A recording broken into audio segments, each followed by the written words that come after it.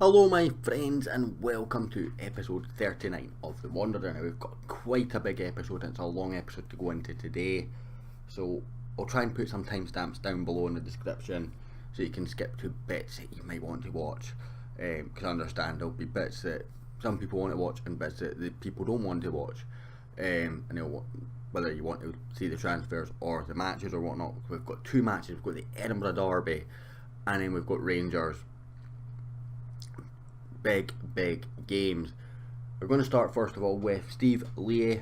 He has come in as our under-20s assistant manager. He's been at Dundee United for a long time. He had a little spell as Lucky United manager and then went back to Dundee United. Seems a very strange career move, this Lucky United. Maybe not. It is still Scotland. I've just seen Eastern Super League and I'm like, Eastern? Either way, he dropped down and then went back to Dundee United. And then he's here. So, no other changes on the staff front. However, we have made a lot of business. So, we'll start with the ends. I need to come to all transfers rather than that. So, ends. First signing, Scott McKellar. Remember him? He played for us with Forfar. For those of you who are like, don't remember him. And he's already back on loan at Forfar. That was pretty much the first business of the transfer window. So we brought in Scott McKellar and we loaned him out to his former club Forfar, which actually is a bit frustrating because he was on loan at Montrose. I'd always taken him in. It was the sort of the last bit of business to done at Montrose and the first bit of business to done at Hearts, but they wouldn't let me keep him at Montrose. We loaned him out. He's always had to drop down a level, which is a bit frustrating. But you know, he's going to go and hopefully do well at Forfar and develop nicely again. We then brought in Jamie Baronis, again another player who I absolutely loved this year. If you remember correctly, I had him on my Rangers save. I tried to retrain him as a inside forward with a bit of mixed success. Not going to do that this time around. I'm going to stick with him as a deep line forward. Already starting to develop, as you see. He joined for £1.3 million. With add-ons, taking it to 1.4 million. Works out okay. We brought in Danny Finlayson, also from Rangers, a player I've been chasing for a long time with Montrose. You know, he's not got the best stats, he's maybe not quite there, but he's a big physical defender, which I like. He's got a couple of games under his belt in the Scottish Cup, as you'll see soon. But with 15 tackling, 12 acceleration, 12 pace, 12 jump and reach, got something to work with. Hopefully can develop and become an absolute monster that I believe he can become. Brought in Brandon Mason from Bristol City, 500k, fills in one of the weaker areas. You know, star wise is not any better than Aidan White, who we already had at the club, and we've paid him a lot of money to come here, 4.6k and 500k, but stat wise he's the kind of guy that I like. He's a natural fullback on support, very good at crossing, decent at corners, likes to get forward and he's okay in the tackle. Reminds me a bit of like what James Tavernier was on FM18 for me on the right hand side, and I have not been disappointed when he's played so far. Brought in Stuart Baird from Falkirk. He cost 110k and you know, a very talented young ball winning midfielder. He had a release clause, which is why it only cost 110k. Lovely. When that happened, the contract was a bit of a pain in the bum, to be honest, but it got him to agree initially on £250 a week, and then Wolves offered for a trial, and then Queen of the South, who are obviously loaded for some reason I don't know, offered a shed load of money for Falkirk. Kept going up and up, and he sees, well, actually I'm in demand, rejects the contract, wouldn't talk to me for most of the month, which is why it only got done on the 20th. Like, I think the deal was initially discussed for 250 on the 2nd or the 3rd of January, and he would not talk to me. I was putting a bid in every single day, getting turned down. He would not talk to me, put in again, eventually he would talk to me again, but it cost me £750 a week just because Wolves offered him a trial and Queen of the South put in a couple of bids. Very frustrating. Brought in Greg Kilty. He's going to be a backup. Maybe shouldn't have done this deal in honesty, but we got it up for a decent price, you know, 190k rather. And he's just going to sort of offer a backup natural winger on the right hand side. Hopefully he'll do okay. He comes from Queen of the South, and we brought in Stilian Steventanov. Nicknames down below please for this guy. He's a wing back, young. I'm going to retrain him as a full back of support, of course. Make sure I'm doing that. Did I am. 18 years old, already 3-star, which I believe puts him sort of in the same ballpark as Lee Connor, Jamie Brandon, and the lad we've got on loan from Celtic. And he's 18, which means he's got the world at his oyster. There was a lot of clubs going for him. There was another boy at the club that he was at this FC SB club that I wanted to get. Unfortunately, we just ran out of transfer budget to do it. That lad's unfortunately, this was release clause. Another lad was a release clause as well, and it would have cost me something like 2.3 million to get them both, and I had 1.6 exactly left, and the right back was the more important of the two options. So on the outs we have Jackals Magrona going to Queen of the South for 300k. No idea where they've got all this money from, but apparently they have a lot of money, or they have money that they're willing to spend. So he's away there. John McLaughlin awaited on Fairland for pittance. Scott McKellar, just already on loan. Martin Nagy on loan, getting £10,000 a month for him, plus all his contract paid up. Couldn't get a bid for him. He's not got a work permit. Had to get him out. William Murray, Stuart Reynolds, Jamie Baxter, Steve Evans, Ryan McKee, and Chris Hamilton all out on loan. Some of them you'll hear about again in the future, some of them you won't. They're all young players. Gajda, this guy has a fair amount of potential. His contract was up at the end of the season, or rather he was on an amateur contract, if I remember correctly, and I was like, right, let's get him on a new contract. That was all working brilliantly. Got my new contract and got his work permit, instantly declined. So I just gave a guy a contract, and then his work permit visa no longer counts. Very, very frustrating. Should maybe just kept on the amateur contract for another 2 years, but a risk losing for no money, of course, if he'd actually developed into the player that I think he could have become. So I was like, right, I need to either sell him or loan him, because I just signed him a new contract. Loaning him became the only option. Mark Oxley is away for 6.25, and Indy Boonin is away on loan to Anstotropolis. This was pretty much just try to get someone off the wage budget. Didn't quite work. You know, the lad's on a big wage. I don't think he's ever going to get into my first team. I don't think he's good enough, in honesty, and doesn't really suit my, I like to have the left-handed side inside forward. Didn't get them to pay all their wages, but what we did get them to do is pay £45,000 a month, with a future fee that was guaranteed after 5 games of 516, and fortunately declined the contract, so that's now optional. There was another offer, there was a couple of other transfer offers, but they were all pittance compared to what it was worth, in honesty. Anyway, what I'm going to do, we're going to go into this Hearts game, struggling for fitness as you see. We need to go through the schedule actually. Celtic was the last game we played. We won 2-1 in that game, of course, and we drew 2-2 against Partick Thistle. I've got to show you the match stats for this. Bear in mind, their goalkeeper gets a 6.6. Go to analysis, match stats. 5 clear-cut chances, 3 half chances, and we just couldn't put the ball in the back of the net. Cherny made some of the most ridiculous saves I've ever seen, and the goalkeeper got a 6.6 rating. It's the most bizarre thing ever. Jamie Walker hit the bar with a penalty as well. That was actually when we were 2-0 down, if I remember correctly, or 2-1 down, one of the two. But then he equalised in the 92nd minute. And then we played Aberdeen. We went 1-0 up for Jamie Baronis. Stevie May equalised, a howler from John Suter. Basically, it was an over the top ball, which Suter goes to head it. No idea where he headed it to, but it was straight into the path of Stevie May, who went for own goal 1-on-1 with the goalkeeper and scored. And then Andy Halliday got sent off, and again we created so many chances. just couldn't put the ball in the back of the net. Falkirk game, this was a shambles. It was a bit of a rotated team though, as you can see. Finlayson in there, Polworth back in, Callum Morrison getting a game, Ryan Williams, bit of game time for the younger lads. And then we played Ross County 2-2 again, because 2-2 seems to be where we were at. And again, frustrating. Played them off the park in this game as well.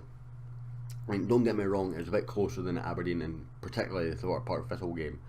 A bit closer in terms of playability then, but we created a lot of chances and just couldn't score.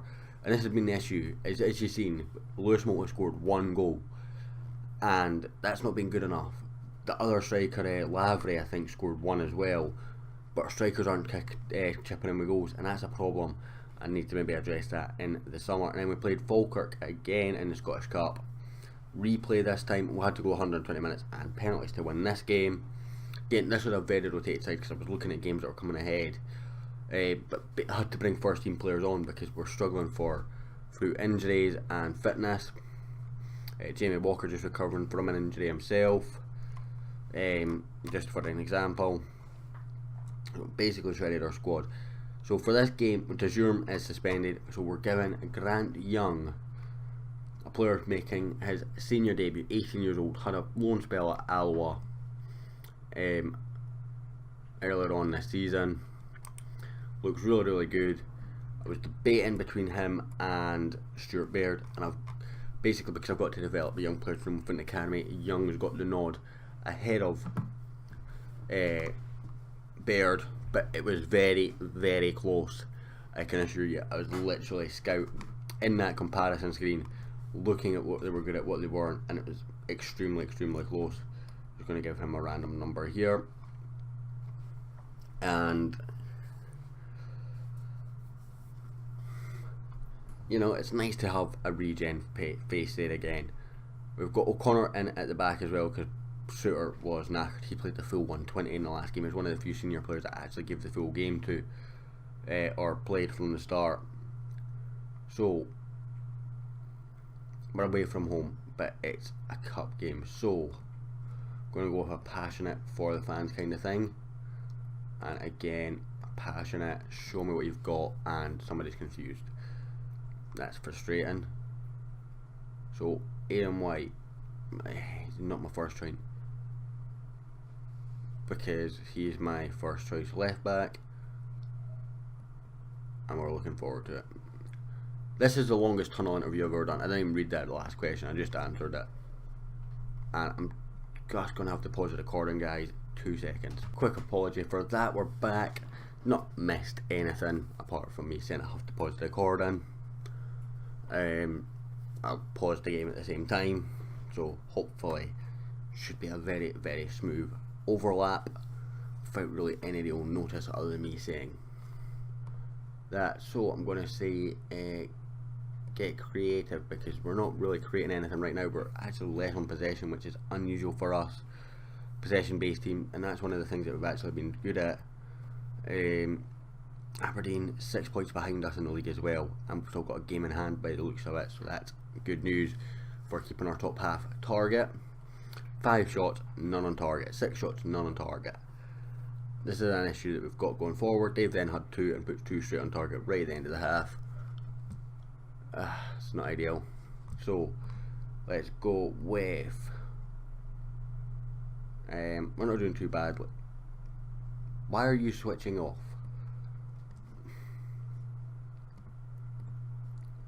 That's really annoying why they do that.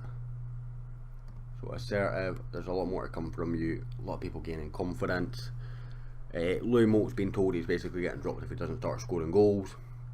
Dropped him for a couple of games, he's now back in the team. Let's see if he can come off a big one as Young gets a boot. I've got Grant Gillespie on the bench as well, because I didn't want to have 2 young lads for a big game for the same position basically. I wanted to have an experienced midfielder as an option in case it was needed, as McGinn heads on, but only as far as Hedges. Cochrane, Brandon is going to play it back to the goalkeeper, Woodman, O'Connor, Mason, absolutely love that guy, but heads his head straight down to John McGinn, and that's not the kind of thing you want to do.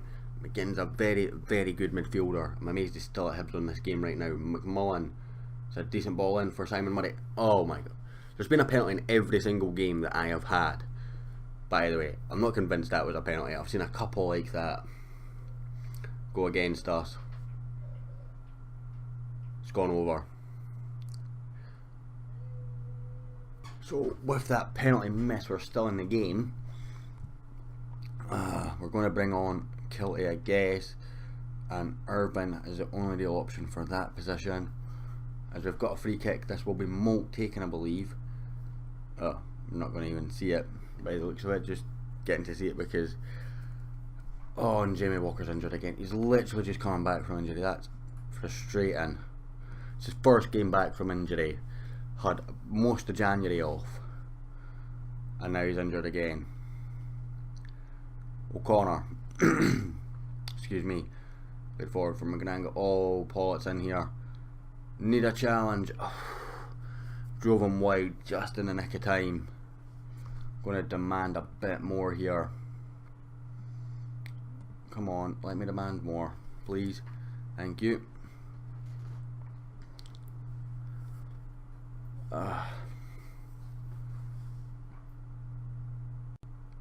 Gray throws into McMullen rather. Back to David Gray. Back out to Connor McGrath and Dawes. Mason away. Molt. It's got runners. Can you just pass the ball already? Held it up so well and then didn't pass the ball, and the counter attack was gone. McMullen. Forward it goes, and it's Simon Murray. And we're 1-0 down. Gonna go if I show some passion. Lumo is the most frustrating player. I've got no other striker options, and that's the issue. We've brought Lavery on in central mid, left wing just now. This decision making. He's heading it back out there to the guy who's just passed it because he's got two men on him. He's missed sitter after sitter routine amount of times, and this is a goal. Got away with that one. Hit the post. So frustrated with how our team create chances and Lumo misses them. Meant to be a lethal finisher in this division, and he just hasn't done it for us at all. You know, we couldn't have a more proven goal scorer in the SPL. McMullen brings it forward again. Just gave Mason an absolute run around. Do you like Mason? No, but it's not been his day. And it's final whistle. We've lost our first Edinburgh derby. I'm not really sure there was anything I can do about it. In honesty, with the players and fitness levels we had, we're back in 4 days' time with the Rangers game. And welcome to Tynecastle for the first time as Hearts manager in this series. Made a couple of changes. John Suter returned. The Romanian right back is in. Dejoum back in. Grant Young dropping to the bench. And Lavery replaces Mo up top because I've just lost all faith in Mo, to be honest. Did have a team meeting, went completely wrong. Had just enough days to get another team meeting in to sort of recover it slightly, but it's not really gone well. Going to criticise our form and assertively say I want a good performance, but again they're all switching off. Really not going well right now. Made a couple of signings for the summer on pre-contracts. We have signed a left back who I won't name just now. He's not going to be any sort of rival to Mason. He's sort of just a young lad that's going to be there for potential, as Cochrane just gives it up so easily there, but he's chased a guy lad into a corner and it's been a mistake, and it's fought into Baronis. Interesting pass from Baronis, but he's found Mason with space and at the back post, and it's Hedges. We're 1-0 up against Rangers, performing in the big games again. Mason with a fine assist. Apparently this is enough to move up to 5th position. I'd be very surprised at that. I'm amazed we were able to catch Dundee on points, given that we've drawn so many since I've taken over. The teams around us just seem to be slipping up as well. Looks like Aberdeen have had a win as well, so keeping this 5-point gap to them would be so crucial. As we've got Williams is in for Walker as well. Walker's injury thankfully isn't too serious. It's only, I think it was 5 to 8 days, but he's not going to be back in time for this game, obviously, with that big effort from Graham Dorrans there. Kind of just want to give it a... That bang was me hitting my head against the floor, computer table rather. Frustration as we've got another injury to a key player, Brandon Mason, player we've just signed on big wages. I'm going to give me any information. Potential foot injury. About to give a sort of concentrate as well, just to get us to half time, but I've completely forgot to do it. And my frustration is we've got Williams there, West Foderingham with the save. Williams obviously in for the injured Walker, and the sort of the other option for that role is currently out on loan, getting his ridiculous wages paid for him. So things are going well, but you're capable of being better. That sounds good. And same again here, I think. No, please don't. Cam, you weren't that bad, but you can still improve. Always like that one. So yeah, the second signing we've done is Harry Suter is coming in on a pre-contract. He is the brother of John Suter, of course, and currently plays for Stoke. He's on loan at St Johnstone. It's a pre-contract. He's got a fair amount of potential, so I thought let's go and try and grab him and see what we can do. And he's agreed a contract basically, so that is a done deal. We're going to bring on, I kind of want to bring on Urban for just fitness reasons, but we're going to bring on Young and switch De Jure out to the deep line playmaker role. He actually quite likes that role anyway. Barona's getting a bit tired, let's just give him a rest. Cochrane's getting a bit tired as well, but I don't quite want to bring him off just yet, as he's brought that ball down absolutely beautifully. His pass intercepted by McGuigan. Tavernier playing it forward. Suter heads forward. Penna keeping it away from Cochrane that time. McGuigan bringing it forward again. Looks pretty quick, Miss McGuigan. Marshalled him well. Nandive. That's either got to be offside or the defence really needs to be looking at themselves. Right, I'm just going to make some tactical changes. Just start slowing this down a little bit. So I don't want set pieces, I want team instructions. Let's just go slightly deeper, counter attack for now, and Woodman start slowing the pace down. Just a little bit, I will go backs against the wall, defensive, if we're still looking like this in sort of 5-10 minutes. Foderingham launches forward. Oh, that's not a good header, and Young, he's came off the bench, he's on a yellow card. It's his second appearance ever. Memories of that debut I had with Montrose earlier in the year.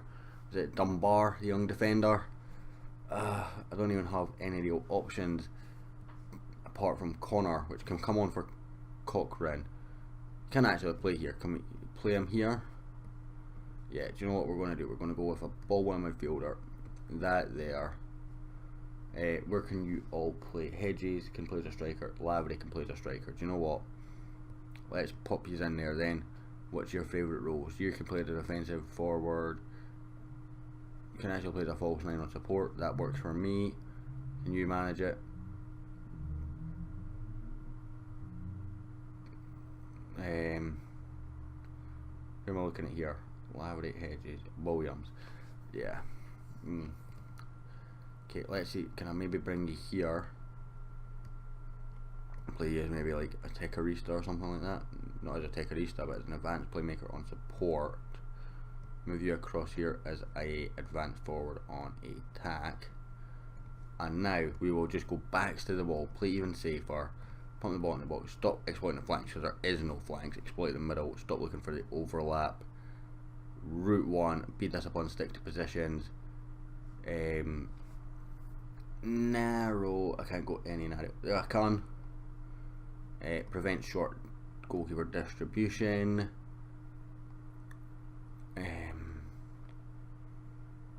Yep. And I want to put you onto defend. I know you won't like it. And you onto defend. Seems like highly structured. And I'll actually go even deeper.